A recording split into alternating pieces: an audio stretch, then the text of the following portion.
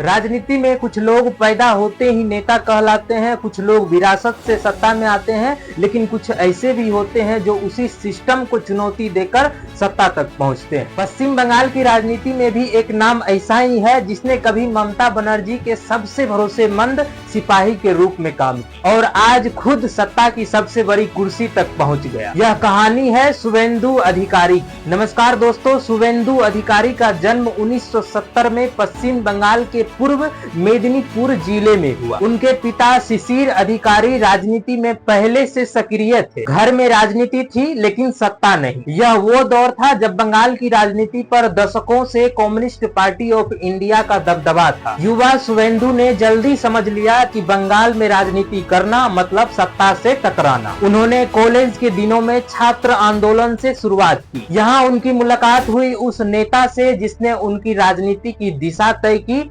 ममता बनर्जी। उस समय ममता बनर्जी वामपंथी सरकार के खिलाफ संघर्ष कर रही थी। शुवेंदु अधिकारी उनके आंदोलनकारी कैडर के हिस्सा बने। ना कोई बड़ा पद, ना मीडिया पहचान, सिर्फ मैदान की राजनीति। 2007 बंगाल की राजनीति का सबसे बड़ा मोड़ नंदीग्राम भूमि अधिग्रहण आंदोलन। सरकार उद्योग के लिए जमीन लेना चाहती थी, गांव के लोग विरोध में उतर आए। यहाँ पहली बार शुवेंदु अधिकारी राष्ट्रीय स्तर पर दिखे। उन्होंने गांव-गांव जाकर संगठन खड़ा किया। आंदोलन इतना बड़ा हुआ कि पूरी राज्य सरकार हिल गई। नंदीग्राम ने 3 चीजें बदल दी। ममता बनर्जी को जननेता बनाया, वामपंथी सरकार कमजोर हुई और शुवेंदु अधिकारी को मैदान का रणनीतिकार बना दिया। 2011 का चुनाव 34 साल पुरानी वामपंथी सरकार खत्म। ऑल इंडिया तृणमूल कांग्रेस सत्ता में आई। ममता बनर्जी मुख्यमंत्री बनी और शुवेंदु अधिकारी उन्हें संगठन का सबसे मजबूत नेता माना जाने लगा। उनके पास प्रशासनिक जिम्मेदारियां आई, परिवहन, सिंचाई,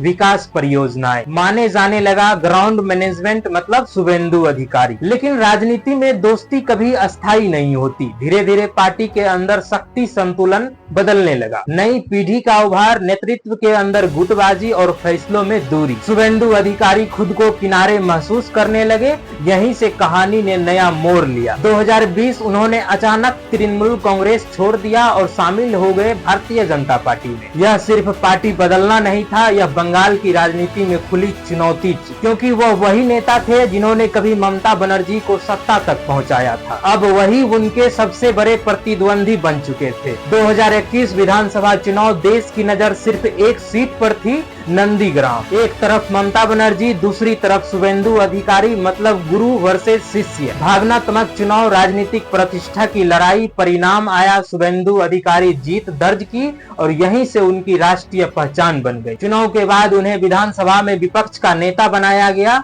लेकिन उनकी राजनीति यहीं नहीं रुकी। उन्होंने लगातार संगठन विस्तार, जमीनी संपर्क, रणनीतिक विपक्ष को जारी रखा। धीरे धीरे बंगाल की राजनीति 2 ध्रुवों में बदल गई, टीएमसी वर्सेस भाजपा और भाजपा का चेहरा शुवेंदु अधिकारी। राजनीति में मौके अचानक नहीं आते, तैयार लोग उन्हें पकड़ते हैं। लगातार राजनीतिक संघर्ष, संगठन निर्माण, चुनावी रणनीति ने उन्हें राज्य की सत्ता के केंद्र में ला खड़ा किया और आखिरकार अब शपथ ग्रहण के साथ उन्होंने मुख्यमंत्री पद संभाला। एक कार्यकर्ता से मुख्यमंत्री बनने तक का सफर पूरा हुआ। शुवेंदु अधिकारी की राजनीति 3 चीजों पर टिकी रही: मैदान की राजनीति, संगठन नियंत्रण, रणनीतिक फैसले। वह टीवी स्टूडियो के नेता नहीं रहे बल्कि जमीन के नेता माने गए। लेकिन हर सत्ता के साथ सवाल आते हैं, क्या वो बंगाल की राजनीतिक हिंसा खत्म कर पाएंगे? क्या विकास वर्सेस पहचान की राजनीति बदलेगी? क्या बंगाल नई राजनीतिक दिशा में जाएगा? अब असली परीक्षा सत्ता में है। राजनीति में जीत अंतिम नहीं होती, हार अस्थायी नहीं होती। एक कार्यकर्ता जिसने आंदोलन से शुरुआत की, अपने ही राजनीतिक परिवार से अलग हुआ